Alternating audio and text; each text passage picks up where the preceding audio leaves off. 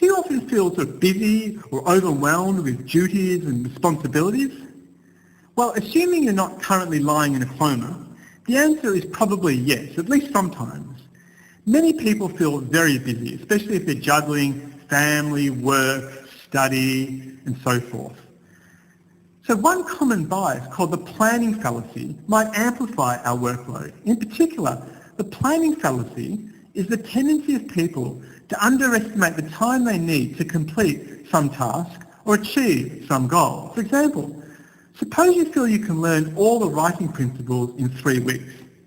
You're likely to discover that you actually need 4 or 5 weeks to achieve this goal.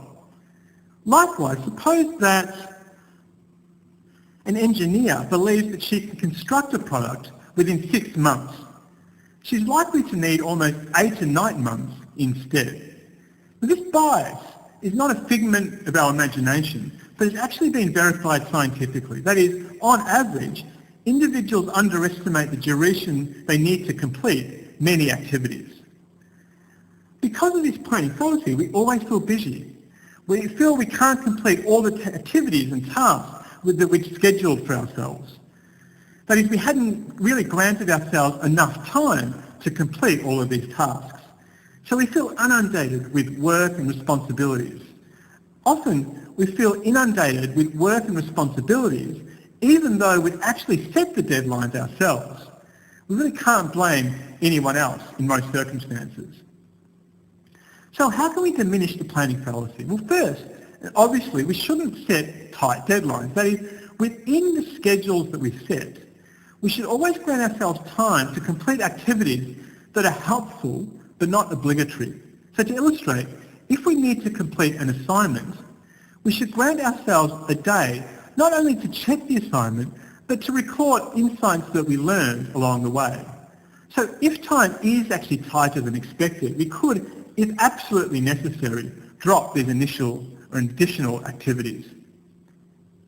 Second, we should identify 2 to 3 obstacles that could prevent us from completing our task, such as an assignment on time. So usually we can already identify 2 or 3 obstacles. It's quite easy. So unconsciously we assume that many other obstacles or impediments could unfold. Therefore, we naturally feel we need to allocate more time to this task, and so the planning fallacy tends to decline. In contrast, suppose we attempt to identify 8 to 10 obstacles that could prevent us from completing our task on time. We can't as easily or readily retrieve or identify 8 to 10 obstacles. Our attention tends to revert to the first few obstacles we identified. So unconsciously, we assume that few other obstacles are going to unfold. And therefore, we may not allocate enough time to this task. The planning fallacy then actually increases. But what other conditions or circumstances could amplify the planning fallacy? Well, interestingly, when people set deadlines or schedules in teams, the planning fallacy is amplified. And the reason is that people like to seem optimistic in teams. They will therefore tend to set unrealistic deadlines. Furthermore, when people feel powerful, they tend to set unrealistic deadlines, exacerbating the planning fallacy. Because the power instills a sense of confidence and diminishes their awareness of obstacles. So consequently, managers, who often feel powerful, may tend to set ambitious targets for their teams and create undue stress in everyone else.